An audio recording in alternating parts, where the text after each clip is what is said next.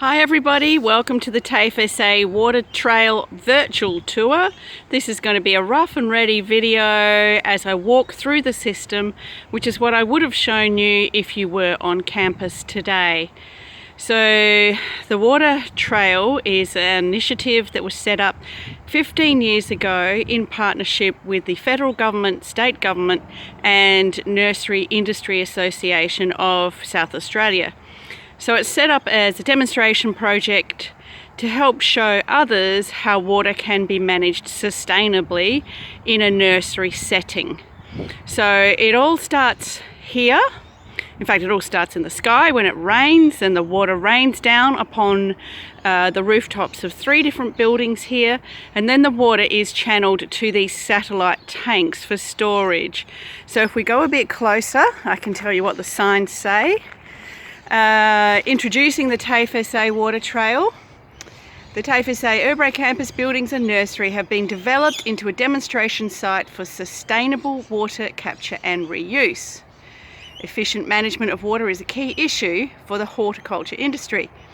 Follow the 10 water trail steps to see how rainwater is collected, stored and used for irrigation in the nursery.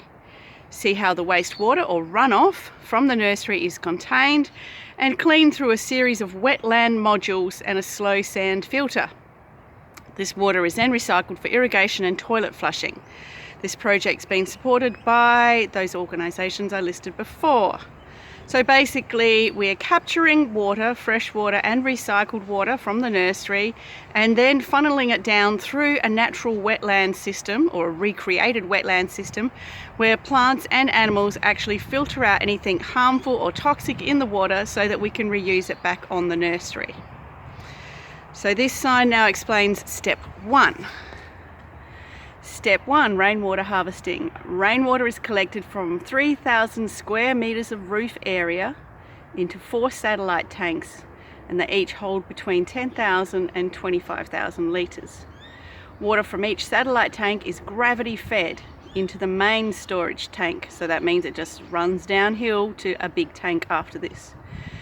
So if we assume that this region gets 500 millimetres of rainfall per year, which is pretty accurate for Adelaide, we can capture 1,500 kilolitres of rainwater. So simple calculation, just a multiplication there, 500 mils of rainwater times by the roof area, which is 3,000 square metres, and that would allow us to capture 1,500,000 litres, which is equivalent to 1,500 kilolitres. So keeping the video rolling, I'll take you over to step 2, which is the main storage tank. So those satellite tanks that we just left behind us are draining down into this main storage tank. Here is one of the rooftops where the rainwater is captured from and funneled over to this tank here, step 2. Step 2 of the TAFE SA Water Trail. This storage tank holds 244 kilolitres. It's a mixture of rainwater plus recycled nursery water. So it's half rainwater and half what we've harvested when we water the plants at the nursery, and I'll explain more about that later. And this tank is the equivalent to the average metropolitan household use in 1 year. So your family would use this much water in 1 year contained within this tank. I'll zoom back a bit later and you'll get to see the size of the tank. So here is some conversion charts for you. 1,000 litres equals 1 kilolitre. 1,000 kilolitres equals 1 megalitre. And 1,000 megalitres equals 1 gigalitre. So keep that in mind for later on. There'll be a question about that. So let's take a look at the size of this tank in its bigness. Bit hard without anything there for comparison, but I guess it's as big as a whopping great pool. So turning around here to step number 3. All of step number 3 is contained within this little shed here. So step number 3 is all about pumping and control. This shed houses the pumps and computerized controller of the system. Water is pumped from the storage tank for nursery irrigation and toilet blocks. The electronic controller operates and monitors all pumps and flow rates. So basically within this shed is some computers and pumps that do all the thinking for the system. Well, in fact, it's just on timer. They don't do much thinking at all. So here is the other two rooftops where the water is harvested from. That helps irrigate the nursery and flush the toilets here on campus. So a little native garden that also benefits from some water overflow here. Some classrooms, TAFE classrooms. I'm just walking over to the nursery now, where you'll be able to see what this water is used for. And if you do further studies on campus later, you might get involved in collecting native seed or propagating or revegetation, and you'd get to work in this area of the campus. So just walking over to step 4. You'll get to see some igloos and some of the plants we have on the benches.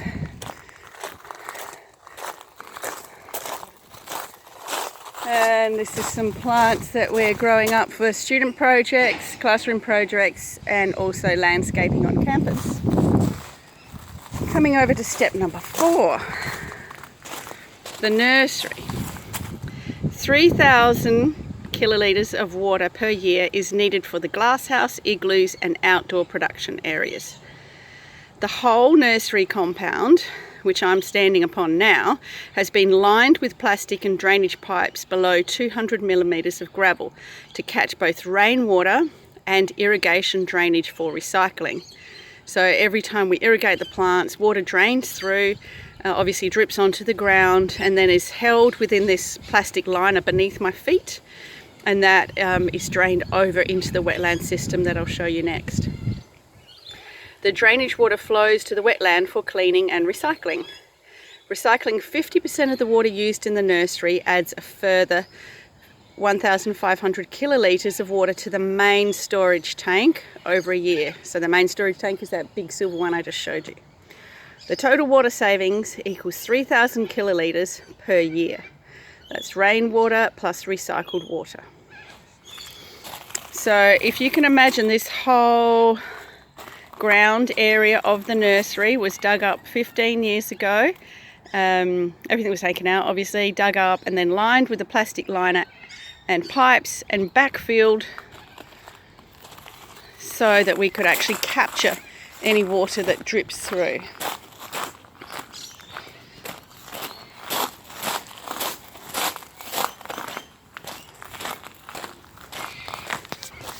Just as I'm going past the glass house here, it's actually being irrigated at the moment.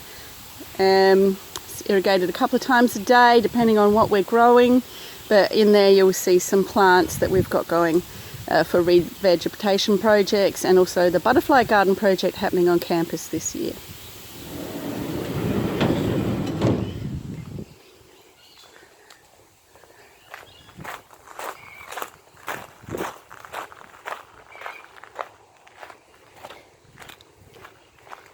Okay, now this little hole in the ground is kind of like a truth window. Hopefully, if I put my camera down, you'll be able to see.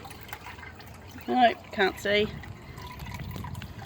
There is water flowing through there from the irrigation cycle that we just witnessed in that glass house. I can hear the water and see the water, even if you can't, so you'll have to take my word on that. So that's draining out of the nursery area, and it's going across the road here. The road has been dug up as well 15 years ago. See this dark line on the road? That indicates where there's a pipe under the road, and it's heading over to this recreated wetland system here.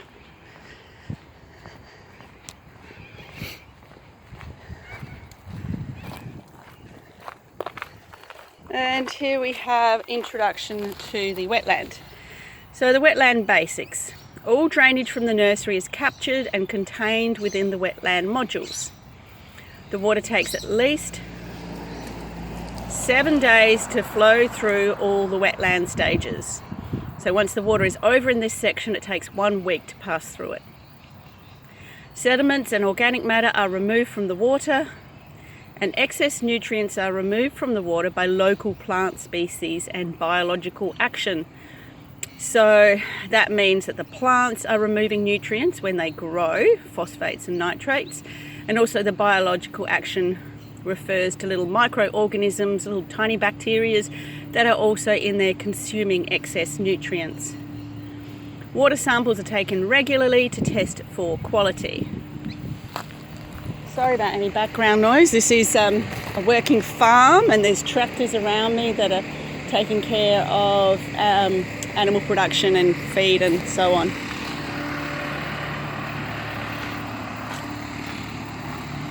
Okay, so this is step, oh, there's my shadow, you do get to see me. Step 5, the sediment trap, which is basically a rainwater tank buried in the ground. Step 5, water is retained in this tank for at least 30 minutes. This reduces the flow of wastewater to enable sediments and litter to settle out. So anything that's slightly heavier than the water will actually just drop down to the bottom. This tank prevents sediments and litter from being carried into the next stage, which is where the plants grow. This tank holds approximately the volume of wastewater produced from each nursery irrigation cycle. And of course we can open this tank and clean it out periodically when we need to. So, showing you some of the plants now growing in the wetland. Later on I'll be able to show you some before and after shots. It's very different how this wetland has developed over the last 15 years. So we do have some native plants here. This one that's flowering at the moment, slender knotweed. It is a native species to the Mount Lofty Ranges. Persicaria. Persicaria is the name of that plant. And there's another one in there, that little one at the bottom, Nardu, a bush tucker plant, also common to waterways in this area. Step 6, the grass-soaked area. So this area in front of me, covered in plants now, was constructed with a plastic liner and filled with soil to a depth of about 40 centimetres. It traps fine sediments in plant material. It also removes nutrients from the water by plant uptake and attachment to soil particles. Native stiff-leaved grasses, sedges and rushes are best suited for this purpose.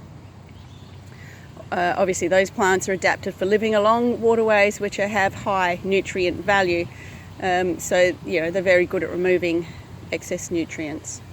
Water flows around the plants rather than over them, and it forces it to slow down and spread out. Plants can be maintained by slashing. That's if they're too successful in their growth, we can slash them and then put those into the compost and new plants will grow. Water is retained in this area for at least 1 day.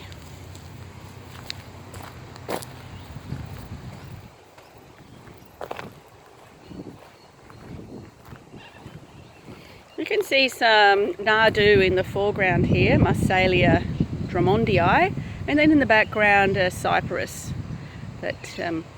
Cyperus vaginatus, the slightly taller one. Step 7, the wetland. This wetland in front of me now is constructed with a liner filled with gravel to a depth of 70 centimetres and water fills it to 50 centimetres. This area reduces the flow of water, trapping fine sediments in the plant material, and provides an opportunity for microorganisms and plants to remove nutrients. It contains a variety of local plant species including Juncus, Cyperus, Isolepis and Carex. Water is retained here for at least 5 days. Now, having listed all those plants there, I don't see too many of Juncus, except for, I don't even know if this camera's going to pick it up. Directly in line with the tree in the background is some stiff looking grass. That's that reed there. So since this sign was first written, different plants have been successful and not so successful. So different ones, you know, tend to dominate and other ones disappear.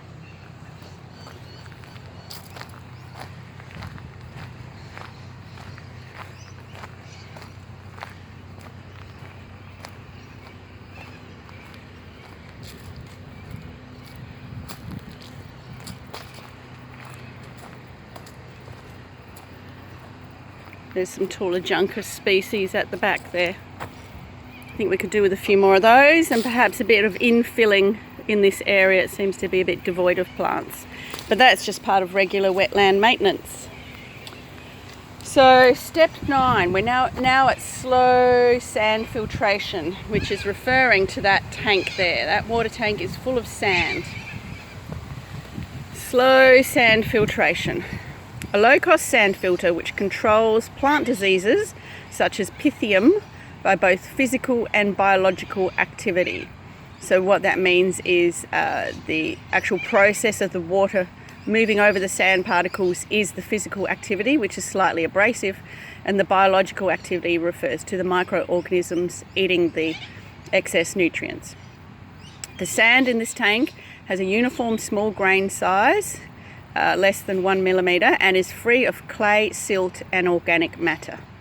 The fine sand creates a large surface area which is colonized by beneficial microorganisms such as Pseudomonas and Trichoderma, and these two control plant diseases through competition with each other.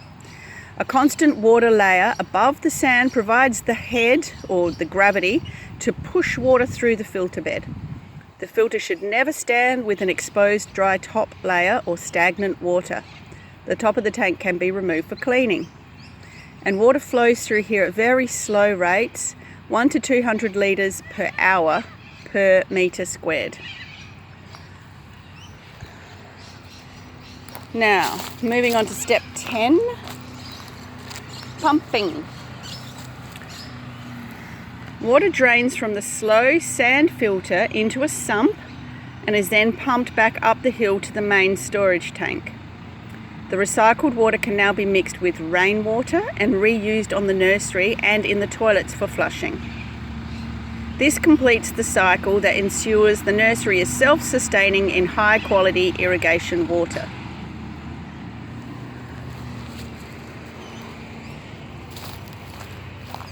So I noticed step 8 was missing. I think there is a sign that has fallen off, which I'll investigate that and report back on that. But you've basically run through all the steps of the wetland, and this little degraded area down here is the overflow section for this wetland. It needed to have an overflow section for safety, because you never know when there may be a torrential rain event that wasn't calculated for. But over time it was found that ducks colonized the area, and they spoiled the quality of the water through their feces, and this then promoted large areas of weed growth, such as that duckweed that's growing on top of the water. So then the whole area had to be netted to keep the ducks out. But then of course the net came along with its own problems as well, in that it's filling up with leaves. And so this is a management implication that was never designed for in the first place, and it needs review. So basically we got the system up and running, and then a number of problems happened, and we're still dealing with the problem. So that part has now been excluded from the wetland process. So the water still flows back here and drains back to the nursery and the big tank for reuse, but we've had to cut off that section behind us because it was a limiting factor to the whole system.